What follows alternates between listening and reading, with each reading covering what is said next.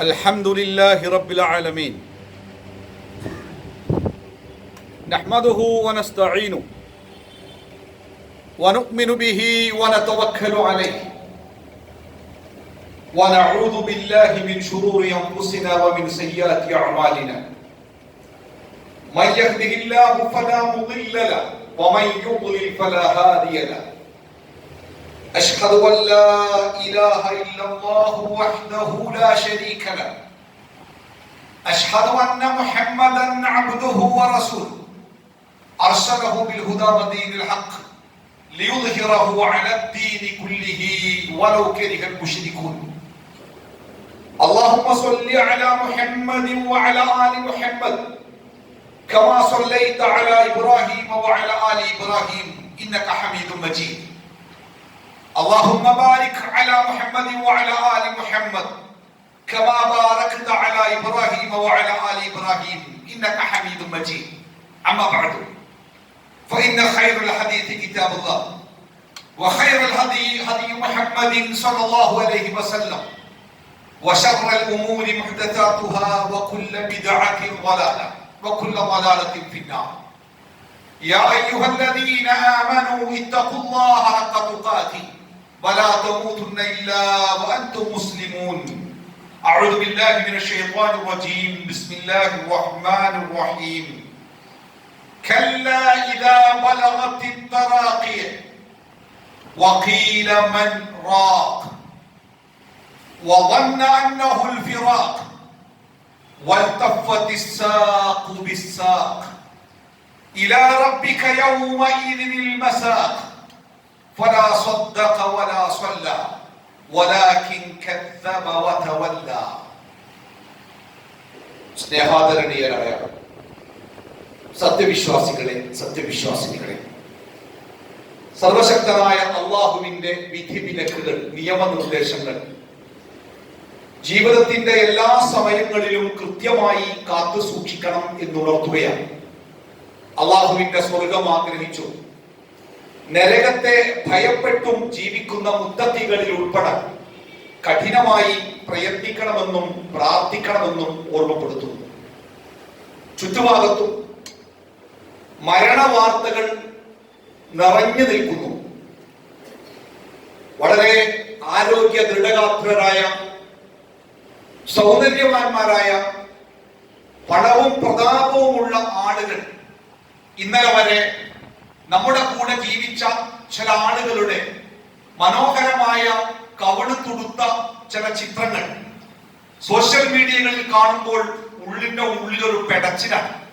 അതിന്റെ താഴെ ഒരു വരി ഉണ്ടാകും, ഇന്നാ ലില്ലാഹി വ ഇന്നാ ഇലൈഹി റാജിഊൻ.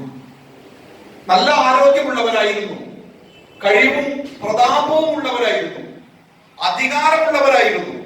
പക്ഷേ ജീവിതത്തിന്റെ നല്ല കാലത്ത് എന്ന് പറയാവുന്ന സമയത്ത് അവരുടെ ജീവിതം അവസാനിക്കുന്നു.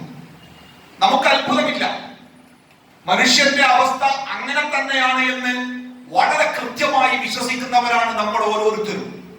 മാതാവിന്റെ ഗർഭാശയത്തിൽ ഒരു ഭ്രൂണത്തിനെ പതുക്കെ പതുക്കെ വികസിപ്പിച്ചു കൊണ്ടുവന്ന് 120 ദിവസമാകുന്ന സമയത്ത്, 4 മാസമാകുന്ന സമയത്ത് ആ ജീവനെ അതിലേക്ക് സന്നിവേശിപ്പിക്കുമ്പോൾ അവിടെ രേഖപ്പെടുത്തി വെച്ചിട്ടുണ്ട് ഏത് സമയത്താണ് ഈ ജീവനെ തിരിച്ചെടുക്കുക എന്നുള്ളത്. ഒരു സെക്കൻഡ് പോലും പിഴക്കാതെ, അങ്ങോട്ടും ഇങ്ങോട്ടും മാറാതെ, ഡോക്ടർ ശ്രദ്ധയിലായാലും ശരി അശ്രദ്ധയിലായാലും ശരി, പരിചരിക്കാൻ ബന്ധുക്കളും പ്രിയപ്പെട്ടവരും ഉണ്ടായാലും ശരി ഇല്ലെങ്കിലും ശരി, തൊട്ടടുത്ത ആശുപത്രിയിൽ എത്തിയാലും ശരി പാടവരമ്പത്താണെങ്കിലും ശരി, വളരെ കൃത്യമായി ആ സമയത്ത് അവിടെ സന്നിവേശിപ്പിച്ച ആ ജീവൻ അത് തിരിച്ചെടുക്കപ്പെടുക തന്നെ ചെയ്യും. ഇക്കഴിഞ്ഞ ദിവസം നമ്മുടെ സാമൂഹ്യ മാധ്യമങ്ങളിൽ ഏറെ ചർച്ച ചെയ്യപ്പെട്ട ഒരു മരണം ഉണ്ടായിരുന്നു. കോട്ടയം ജില്ലയിലെ കാഞ്ഞിരപ്പള്ളിക്കടുത്ത് ഒരു സഹോദരന്റെ മരണം. 47 വയസ്സാണത്രേ അദ്ദേഹത്തിന്റെ പ്രായം. ബ്രിട്ടനിൽ, ലണ്ടനിൽ അദ്ദേഹത്തിന് സ്വന്തമായി 7 കോളേജുകളുണ്ട്. 7 കോളേജുകൾ, 7 സീറ്റുകളല്ല, 7 കോളേജുകൾ. ദുബൈയിൽ അദ്ദേഹത്തിന് സ്വന്തമായി ക്യാമ്പസ് ഉണ്ട്. കൊച്ചിയിൽ സ്വന്തമായി IT സ്ഥാപനമുണ്ട്. ഒരു സ്ഥാപനം കോളേജിന്റെ തുടക്കം ആരംഭിച്ചു കഴിഞ്ഞു. കാഞ്ഞിരപ്പള്ളിക്കടുത്ത് അദ്ദേഹത്തിന്റെ വീട് 25,000 സ്ക്വയർ ഫീറ്റ് ആണ് അതിന്റെ വിസ്താരം. 25,000 സ്ക്വയർ ഫീറ്റ്. ആ വീടിന്റെ ശീതീകരണത്തിന്, എയർ കണ്ടീഷൻ സംവിധാനത്തിന് കരാറെടുത്തത് 65 ലക്ഷം രൂപക്കായിരുന്നു അത്രേ, എയർ കണ്ടീഷൻ മാത്രം.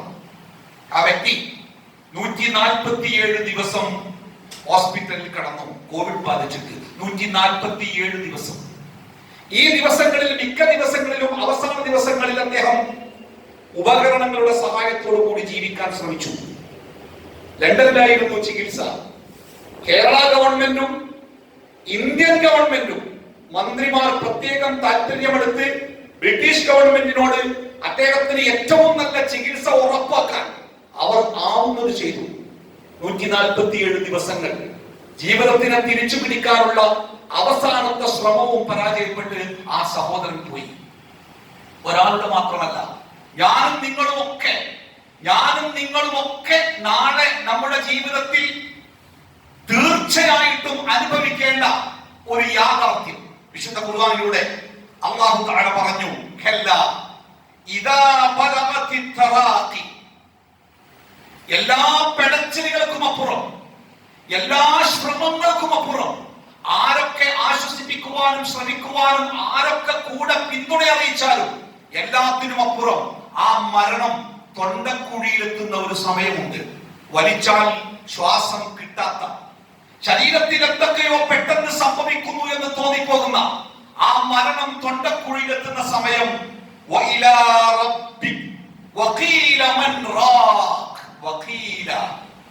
അവൻ പറയും, അവൻ സ്വയം പറയും, അവന്റെ ഉള്ളിൽ നിന്നും ഒരു ഗദ്ഗതം പോലെ പുറത്തേക്ക് വരുന്ന ഒരു ശബ്ദമുണ്ട്. മൻ റാഖ്. ആരാണ് ഒന്ന് ആശ്വസിപ്പിക്കാനുള്ളത്? തലോടുന്ന പ്രിയപ്പെട്ടവരുടെ ദുർബലമായ കൈകൾ, ചികിത്സിച്ച് ജീവിതം തിരിച്ചു കൊണ്ടുവരാൻ ശ്രമിക്കുന്ന ഡോക്ടർമാരുടെ ദുർബലമായ ശ്രമങ്ങൾ, കണ്ണുനീരോടുകൂടി ചുറ്റുഭാഗത്തും കൂടി നിൽക്കുന്ന മക്കൾ. സാരമില്ല, കുഴപ്പമൊന്നുമില്ല, ഒന്നുമില്ല, പേടിക്കണ്ട, പരിഭ്രമിക്കണ്ട, ആശ്വാസത്തിന്റെ വാക്കുകൾ ഇങ്ങനെ പുറത്തുകൂടെ പോകുന്നുണ്ട്. പക്ഷെ നമുക്കറിയാം ആ ആശ്വാസ വാക്കുകൾക്കൊന്നും ആശ്വസിപ്പിക്കാനാവാത്ത വിധം നമ്മൾ പിടിക്കപ്പെട്ടിരിക്കുന്നു, അവസാനിച്ചിരിക്കുന്നു. നമ്മളെ തലോടുന്ന പ്രിയപ്പെട്ടവരുടെ വിരലുകൾ ദുർബലമായിരിക്കുന്നു. നമുക്ക് വേണ്ടി കരയുന്ന മക്കളുടെ കണ്ണുകൾ അത് ദുർബലമായിരിക്കുന്നു. ജീവിതത്തിലേക്ക് തിരിച്ചു പിടിക്കാൻ കഠിനമായി പ്രയത്നിക്കുന്ന ഡോക്ടർമാരുടെ, ആരോഗ്യ പ്രവർത്തകരുടെ പ്രവർത്തനങ്ങൾ വെറുതെയായിരിക്കുന്നു. മരണം അത് കേന്ദ്രത്തിൽ പിടിയമർത്തിയിരിക്കുന്നു. മന്ത്രിക്കാൻ, ആശ്വസിപ്പിക്കാൻ, സമാധാനിപ്പിക്കാൻ ആരുണ്ട്? സാരല്ല, നിങ്ങൾക്കൊന്നും പറ്റിയിട്ടില്ല, ബേജാറാവണ്ട എന്നൊക്കെ ആരൊക്കെയോ പറയുന്നുണ്ട്. പക്ഷെ ആ പറച്ചിലുകൾക്കൊന്നും യാതൊരു പ്രസക്തിയുമില്ല എന്നും തനിക്ക് എന്താണോ പറ്റേണ്ടിയിരുന്നത് അത് തന്നെ പിടികൂടിയിരിക്കുന്നുവെന്നും അവന് ബോധ്യമാകുന്ന സമയം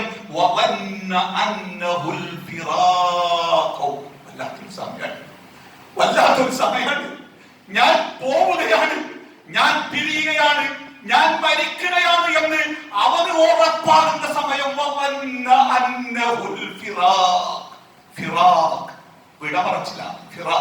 ഇത് ഫിറാഖാണ്, ഇത് വിടപറച്ചിലാണ്. പ്രിയപ്പെട്ടവരുടെ കണ്ണുകളിലേക്ക്, മുഖങ്ങളിലേക്ക്, അവരുടെ മുഖത്തേക്ക് നോക്കിയുള്ള തന്റെ വിടപറച്ചിലാണെന്ന് അവന് ബോധ്യമാകുന്ന സമയം. ഇത് തന്റെ വേർപാടാണെന്ന് അവന് ഉറപ്പാകുന്ന സമയം.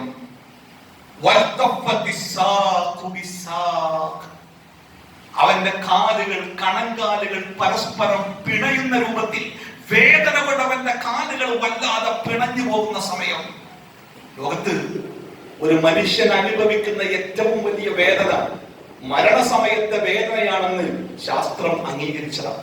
ആ വേദന ആശ്വസിപ്പിക്കാൻ ഗുളികകൾക്കോ മരുന്നുകൾക്കോ സ്പർശനങ്ങൾക്കോ സ്നേഹവാക്കുകൾക്കോ ആശ്വസിപ്പിക്കാനാവാത്ത വല്ലാത്ത ഒരു വേദന. ആ വേദനയിൽ അവന്റെ കണങ്കാലുകൾ പരസ്പരം പിരിഞ്ഞു പോകുന്ന സമയം.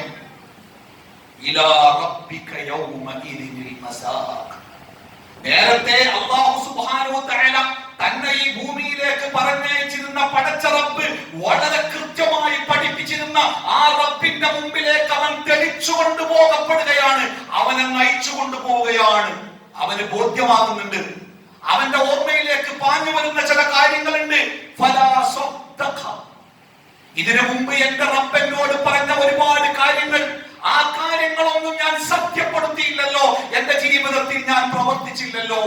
വലാ സ്വല്ല, നമസ്കരിച്ചില്ലല്ലോ.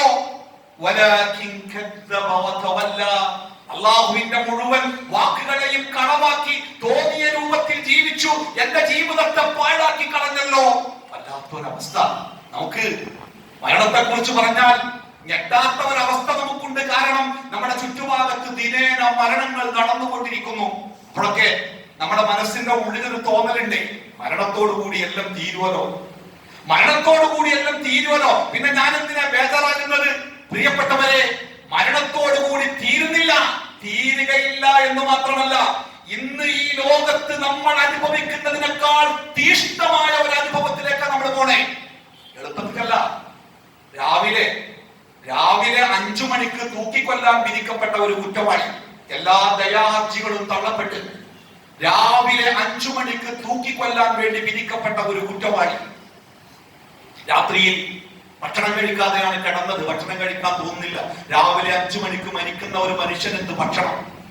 ഉറങ്ങാൻ വേണ്ടി കിടന്നു, ലൈറ്റ് ഓഫ് ആക്കിയിട്ടും അയാൾക്ക് ഉറങ്ങാൻ കഴിഞ്ഞില്ല. തിരിഞ്ഞും മറിഞ്ഞും കടന്നു. ഭാര്യ, മക്കൾ, കുടുംബം, തന്റെ ജീവിതം, അയാളുടെ മനസ്സിലൂടെ ഇനി മണിക്കൂറുകൾ മാത്രമാണുള്ളത്. പാതിരാത്രിയിൽ എപ്പോഴോ അയാളൊന്ന് ഉറങ്ങിപ്പോയി. പാതിരാത്രിയിൽ എപ്പോഴോ അയാളൊന്ന് ഉറങ്ങി. ആ ഉറക്കത്തിൽ അയാൾ മനോഹരമായ സ്വപ്നത്തിലാണ്. തന്റെ ഭാര്യയുടെ, മക്കളുടെ കൂടെ സുന്ദരമായ ഒരു അനുഭവത്തിന്റെ സ്വപ്നത്തിൽ അയാൾ ആ ഉറക്കത്തിൽ അങ്ങനെ ചിരിച്ചു കിടക്കുക. എന്തോ നല്ല സ്വപ്നത്തിലാണ്. 5 മണിക്ക് 1 മണിക്കൂർ ബാക്കി നിൽക്കെ ജയിൽ വാർഡൻ എന്ന് വിളിച്ചു, എണീക്ക്, കുളിക്കണം, പുതിയ വസ്ത്രം ധരിക്കണം, കഴുമലത്തിലേക്ക് നടക്കണം. ആ സ്വപ്നത്തിൽ നിന്ന് പെട്ടെന്ന് ഉണരുന്ന ആ മനുഷ്യന്റെ മാനസികാവസ്ഥകൾ നോക്കി. അവൻ കണ്ട സ്വപ്നം തന്റെ കുടുംബത്തിന്റെ കൂടെ സുന്ദരമായി പുഞ്ചിരിച്ചുകൊണ്ട് ആ സ്വപ്നത്തിൽ നിന്ന് അവന്റെ കണ്ണു തുറക്കുന്നത് ഭീകരമായ മരണത്തിന്റെ കഴുമലത്തിലേക്കാണ്. പ്രിയപ്പെട്ടവരെ, ആ ഒരു സ്വപ്നത്തിലാണ് ഇന്ന് ഞാനും നിങ്ങളും ജീവിക്കുന്നത്. നാളെ നമ്മുടെ ഈ കണ്ണുകൾ തുറക്കും. നോക്കൂ, അല്ലാഹു തആല വിശുദ്ധ ഖുർആനിലൂടെ നമ്മളെ ബോധ്യപ്പെടുത്തിയ ഒരു സംഗതിയുണ്ട്, മറക്കരുത്. ഫകശഫ്നാ അൻക ഇതാഅക ഫബസറുക അൽയൗമ ഹദീദ്. നിങ്ങൾ ഈ ആയത്ത് കേട്ടിട്ടുണ്ടോ? ഖുർആനിൽ മരണത്തോടു കൂടി നമ്മളൊക്കെ കണ്ണുകൾ അടച്ചു കൊടുക്കാറുണ്ട്. ആ കണ്ണുകൾ അടക്കുമ്പോൾ നമ്മുടെ കാഴ്ചകൾ നിലക്കുന്നില്ല. പ്രിയപ്പെട്ടവരെ, മനസ്സിലാക്കണം, അല്ലാഹു തആല പറഞ്ഞത് ഫകശഫ്നാ അൻക ഇതാഅക, ഫകശഫ്നാ അൻക ഇതാഅക. നിന്റെ കണ്ണിന്റെ മേലെ ഈ ഭൂമിയിലായിരുന്നപ്പോൾ അല്ലാഹു തആല ഒരു മൂടി വെച്ചിട്ടുണ്ട്. ഈ ഭൂമിയിൽ എല്ലാ കാര്യവും നിനക്ക് കാണാൻ പറ്റില്ല. നിന്റെ ചുറ്റുഭാഗത്ത് പലതും നീ കാണുന്നില്ല. ഉണ്ടെന്ന് നീ അറിയുമ്പോൾ നിനക്ക് കാണാൻ കാറ്റിനെ നീ കണ്ടിട്ടില്ല, ജീവനെ നീ കണ്ടിട്ടില്ല, ബുദ്ധിയെ നീ കണ്ടിട്ടില്ല, ജിന്നിനെ നീ കണ്ടിട്ടില്ല. ഒരുപാട് നീ കാണാത്ത കാര്യങ്ങളുണ്ട് ഈ ലോകത്ത്. കാരണം നിന്റെ കാഴ്ചക്കുമേൽ അല്ലാഹുവിന്റെ ഒരു മൂടിയുണ്ട്. ആ മൂടി ഉള്ളത് കൊണ്ട് പലതും നിനക്ക് കാണാൻ കഴിയില്ല. നിന്റെ കാഴ്ചക്ക് ഒരു പരിധിയുണ്ട്.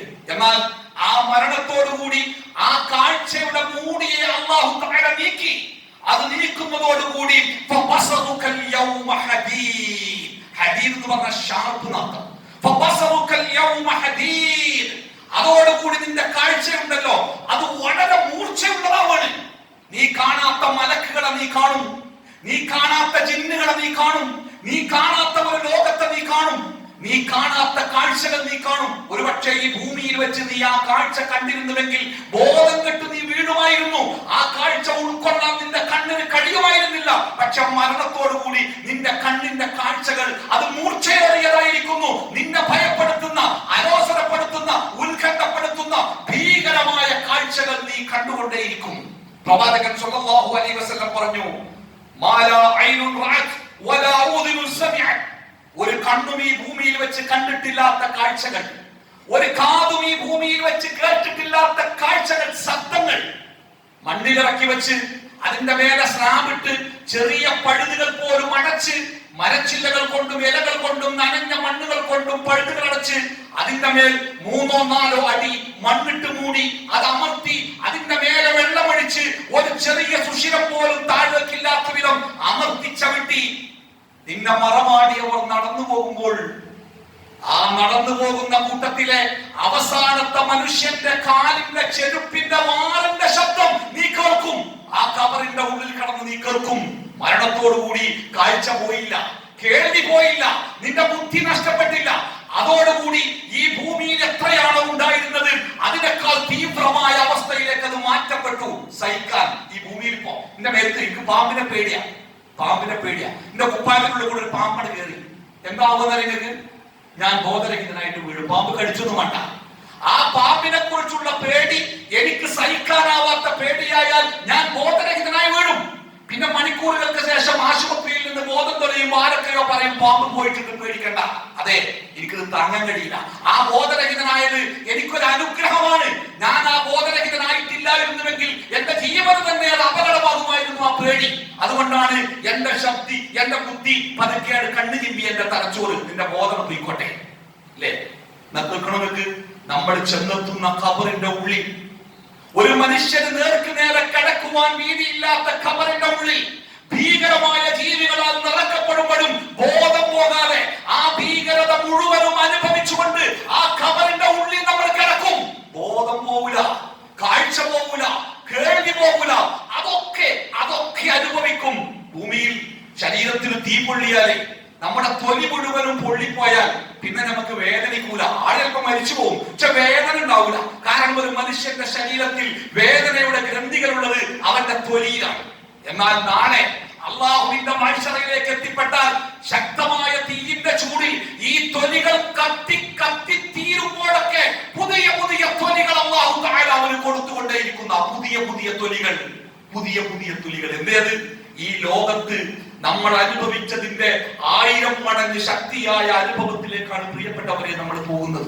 അതുകൊണ്ട് മരണത്തെ നിസ്സാരമായി കാണണ്ട, അതിനെക്കുറിച്ച് ചിന്തിക്കാതിരിക്കണ്ട. പക്ഷേ ആ മരണത്തെ കുറിച്ച് നമ്മളെ മറപ്പിച്ച് കളയുന്ന ചില ദുരന്തങ്ങളുണ്ട് ഈ ലോകത്ത് അല്ലേ.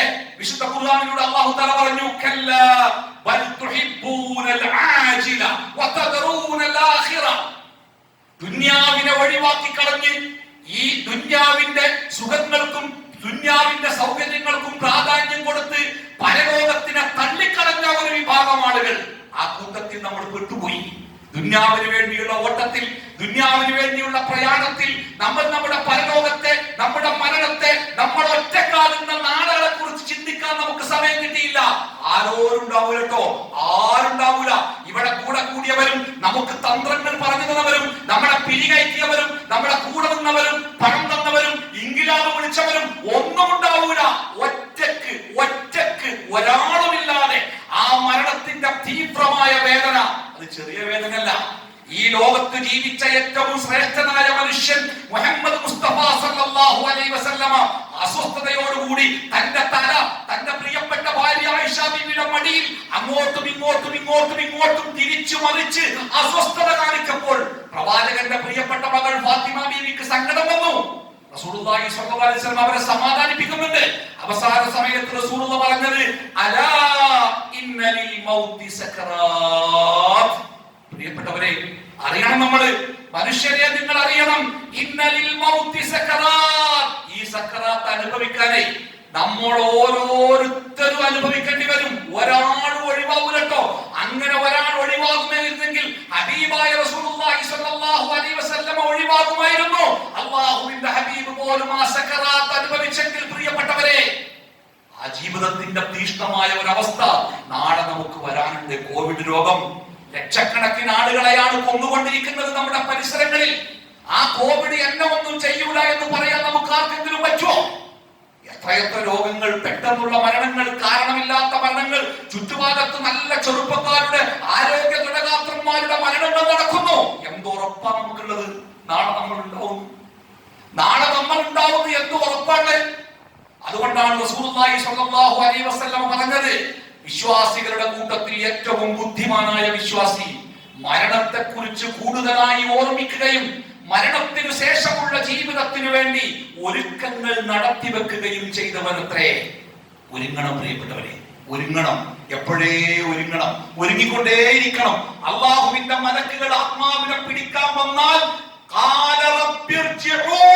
പടച്ചോനെ ഒരവസരം തിരിച്ചു തരുമോ റബ്ബേ, ഞാൻ നന്നായിക്കോളാം എന്ന് കരഞ്ഞ് പറയുന്നവരുടെ കൂട്ടത്തിൽ പെടാതിരിക്കണമെങ്കിൽ എപ്പോഴും റെഡിയായിരുന്നോളെ, എപ്പോഴും പോകട്ടോ. ഇപ്പം മരണം എന്ന് പറഞ്ഞാല് അതൊരു വലിയ സംഭവമല്ല. എപ്പോഴും നമ്മുടെ ഈ കൂട്ടത്തിൽ കൂടിയ ആള് ഒരു കേട്ടാ അവിടെ എല്ലാവരും ബോധം കെട്ടു വെക്കുവോ, എന്താണ് നമ്മളൊക്കെ പള്ളിക്കുണ്ടായി, ഇത്രയേ ഉള്ളൂ മനുഷ്യന്റെ അവസ്ഥ.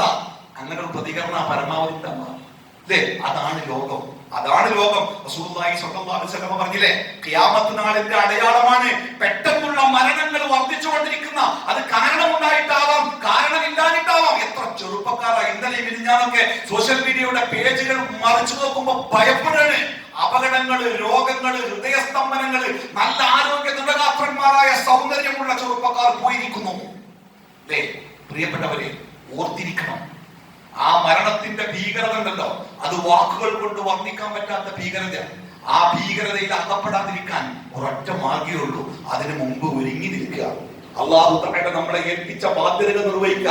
ഇപ്പൊ ഞാൻ നേരത്തെ പറഞ്ഞല്ലോ, കഴുമരത്തിലേക്ക് കൊണ്ടുപോകാനുള്ളവന്റെ 1 മണിക്കൂർ മുമ്പുള്ള സ്വപ്നത്തിലാ. അപ്പൊ നമ്മൾ സ്വപ്നത്തിലാ.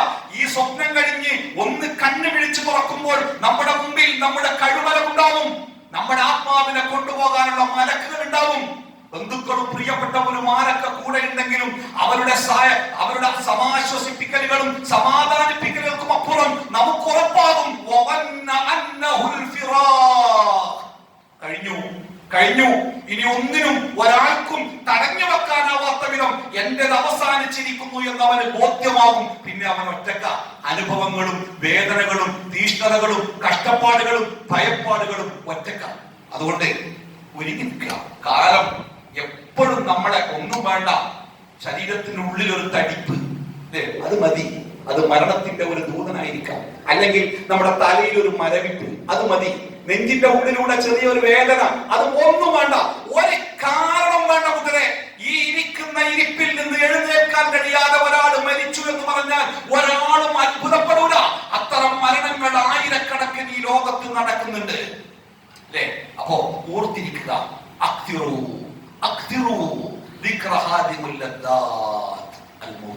നിങ്ങളുടെ എല്ലാ ആസ്വാദനങ്ങളെയും മുറിച്ചു കളയുന്ന, എല്ലാ അജണ്ടകളെയും തകർത്ത് കളയുന്ന മരണത്തെ കുറിച്ചുള്ള ചിന്ത ജീവിതത്തിൽ വർദ്ധിപ്പിച്ചോളൂ എന്ന പ്രവാചക വചനം എപ്പോഴും നമ്മൾ ഓർമ്മിക്കുക. ഇത് മരണത്തെ ഓർമ്മിക്കേണ്ട സമയമാണ്. മരണത്തിന്റെ ദൂതന്മാർ ചുറ്റുഭാഗത്തും വളരെ ശക്തമായി അവർ സഞ്ചരിച്ചു കൊണ്ടിരിക്കുന്ന ഒരു കാലമാണ്. അതുകൊണ്ട് മരണത്തെ കുറിച്ച് ഓർമ്മിക്കുക. ആർക്കും സഹായിക്കാൻ കഴിയാത്ത ആ സമയത്ത് നമ്മുടെ രക്ഷയ്ക്ക് നമ്മൾ തന്നെ നന്മകൾ ചെയ്ത് ഒരുങ്ങി നിൽക്കേണ്ടതുണ്ട് എന്ന ബോധത്തോടു കൂടി പ്രവർത്തിക്കുക. അള്ളാഹു പ്രയാസരഹിതമായ ഒരു മരണം നമുക്ക് എല്ലാവർക്കും പ്രദാനം ചെയ്യുമാറാവട്ടെ.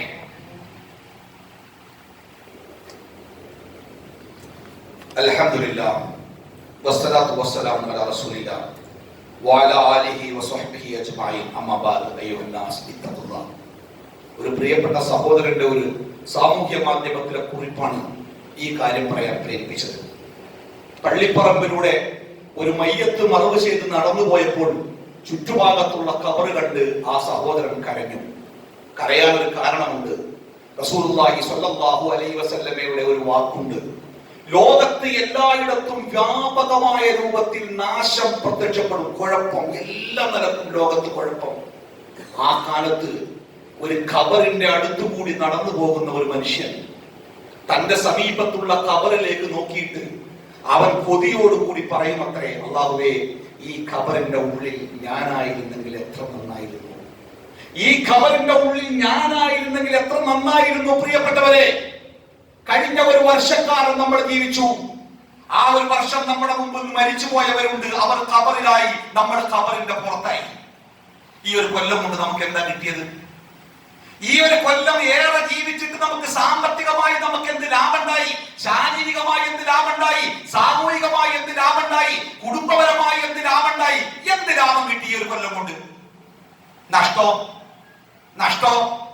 അവരൊക്കെ മരിച്ചപ്പോ ആ മരിച്ചു എന്ന് വിവരം കേട്ട് അവരുടെ വീടുകളിലേക്ക് ആയിരങ്ങൾ ഒഴുകി വന്നു പ്രാർത്ഥനയോടെ. നമ്മളിപ്പോ മരിച്ച ആരും വരൂല, വിട്ടിങ്ങനെ നിൽക്കും. ആ മയ്യത്തിന്റെ മുഖത്തെ തുണിയൊന്ന് മാറ്റിയിട്ട് ആ മുഖത്തേക്ക് നോക്കി അവർ പ്രാർത്ഥിച്ചു. നമ്മളിപ്പോ മരിച്ചാലേ ആ തുണി പൊന്തിച്ചു വെക്കാൻ ആൾക്കാർക്ക് പേടിയാ, പൊന്തിച്ചു വെക്കൂല. എന്നിട്ടോ ആ മയ്യത്ത് കുളിപ്പിക്കാൻ, അവരുടെ മയ്യത്ത് കുളിപ്പിക്കാൻ ആളുകൾ തിരക്ക് കൂട്ടി, തിക്കും തിരക്ക് കൂട്ടി. അവസാനം 3 ആളെ മാത്രം കുളിപ്പുരയിൽ നിർത്തി, ബാക്കിയുള്ളവരെ ശക്തമായിട്ട് പുറത്താക്കിയേക്കുക. നമ്മളിപ്പോ മരിച്ചാലേ കുളിപ്പിക്കാൻ കിട്ടണമെങ്കിൽ കുറച്ച് പണി തന്നെ. ആൾക്കാരെ ആരെ കുളിപ്പിക്കുക? ആശുപത്രിയിൽ നിന്ന് കെട്ടിപ്പൊതിഞ്ഞ് വരുന്നത് മതി എന്നാണ് വെക്കുക, കുളിപ്പിക്കുന്നില്ല. അവരുടെ മയ്യത്തുമായിട്ട് ജനക്കൂട്ടം ഇങ്ങനെ അങ്ങനെ എത്ര ആളുകളാണ് ആ മയ്യത്തിന്റെ പിന്നാലെ നടന്നുപോയത്. നമ്മളിപ്പോ മരിച്ചാൽ ആരാണ് ആ മയ്യത്തിന്റെ കൂടെ നടന്നു പോരാണ്ടാവുക? ആ മയ്യത്ത് പള്ളിയിൽ വെച്ച് ഇന്നയാള് മരിച്ചിരിക്കുന്നു, ചെയ്തു പോയ പാപങ്ങൾ പുറത്തു കൊടുക്കണമെന്ന് ആരോ പറഞ്ഞപ്പോൾ പിന്നിൽ നിന്ന് എത്രയോ ആളുകൾ നെഞ്ചു പൊട്ടിക്കൊണ്ട് പറഞ്ഞില്ലേ, ഞാൻ പുറത്തു കൊടുത്തിരിക്കുന്നു. നമുക്കാരാ അവനെ പറയേണ്ടുക? ആരെങ്കിലും ഉണ്ടാവോ നിസ്കരിക്കാൻ? വിട്ടുന്ന ഒരാൾ നിന്നിട്ട് വേക്കുന്ന രണ്ടാമത് നിസ്കരിക്കുക. ആരാ അവിടെ പുറത്തു കൊടുക്കാറുള്ളത്? പുറത്തു കൊടുക്കണമെന്ന് പറയാൻ ആരാണ്? തീർന്നില്ല. ആ മയ്യത്ത് കബറിലേക്ക് വെച്ചിട്ട് 3/4 മണിക്കൂർ 1 മണിക്കൂർ നെഞ്ചു പൊട്ടിക്കൊണ്ട് പ്രാർത്ഥിക്കുക, അല്ലാഹുമ്മ സബ്ബിത്ഹു ഇന്ന സുആൽ. പഠിച്ചോനെ അല്ലാഹുവേ, നിന്റെ വിചാരണ സമയത്ത് ഉത്തരം തോന്നിപ്പിച്ചു കൊടുക്കണേ റബ്ബേ. എത്ര ആൾക്കാരാ പ്രാർത്ഥിക്കുന്ന ആളുകള്? 100 കണക്കിന് ആൾക്കാർ.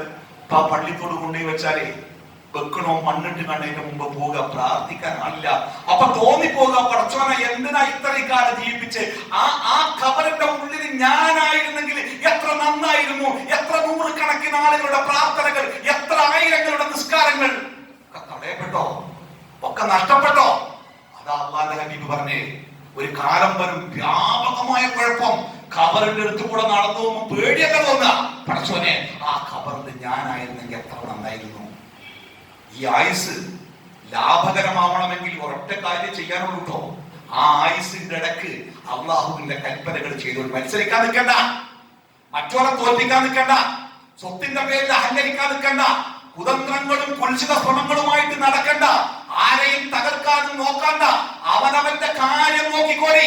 തീരുകയാണ്, കത്തി കത്തി തീരുകയാണ്. വെടിമരുന്നിന്റെ നൂലിന് തീ പിടിച്ച പോലെയാണ് ജീവിതം. ഒറ്റക്കാണ്, ഒറ്റക്ക്. ആരില്ല, സംഘടനയില്ല, പാർട്ടിയില്ല, കമ്മിറ്റിയില്ല, അധികാരികളില്ല, കുടുംബമില്ല, മക്കളില്ല, ആരില്ല. ഒറ്റക്കാണ്. അനുഭവിക്കാനുള്ളതൊക്കെ ഒറ്റക്കാണ്, ഒറ്റക്ക്. അതുകൊണ്ട് അല്ലാഹു തആല 1 മിനിറ്റ് ആയുസ് ഏറെ തരുന്നുണ്ടെങ്കിൽ അത് അല്ലാഹു നമ്മളോട് കാണിക്കുന്ന ഔദാര്യമാണെന്നും സ്നേഹാണെന്നും ആ 1 മിനിറ്റ് കൊണ്ട് എന്റെ മരണത്തെ എളുപ്പമാക്കാൻ ഞാൻ പരിശ്രമിക്കേണ്ടതുണ്ട് എന്ന് ഉറപ്പിച്ചോളി. അത് മറന്നു കളയുന്ന പടുവിട്ടിയുണ്ടല്ലോ, തൂക്കിക്കൊല്ലാൻ വിധിക്കപ്പെട്ടവന്റെ സ്വപ്നമായിരിക്കും അവന്റെ ജീവിതം. അല്ലാഹു സുബ്ഹാനഹു തആല അവന്റെ കൽപ്പനകൾ പാലിച്ചു ജീവിക്കുന്ന മുഅ്മിനീങ്ങളിൽ നമ്മെ ഏവരെയും ഉൾപ്പെടുത്തി അനുഗ്രഹിക്കുമാറാവട്ടെ. കഠിനമായ മരണത്തിൽ നിന്ന് അള്ളാഹു നമ്മളെയൊക്കെ കാത്തു രക്ഷിക്കുമാറാവട്ടെ. തൗബ ചെയ്യാൻ പോലും സമയം കിട്ടാത്ത പെട്ടെന്നുള്ള മരണങ്ങളിൽ നിന്ന് അള്ളാഹു നമ്മളെ കാത്തു രക്ഷിക്കുമാറാവട്ടെ. സമാധാനത്തോടെ ശാന്തിയോടെ അള്ളാഹുവിന്റെ സ്വർഗം കണ്ണിൽ കണ്ട് സന്തോഷത്തോടെ മരിക്കുവാൻ ഭാഗ്യം കിട്ടുന്നവരിൽ അള്ളാഹു നമ്മളെ ഉൾപ്പെടുത്തി അനുഗ്രഹിക്കുമാറാവട്ടെ. മാരകമായ രോഗത്തിന്റെ വിപത്തിൽ നിന്ന് അള്ളാഹു നമ്മളെ, നമ്മുടെ ചുറ്റുപാടുകളെ, ലോകത്തെ മുഴുവനും എത്രയും പെട്ടെന്ന് മോചിപ്പിക്കുമാറാവട്ടെ.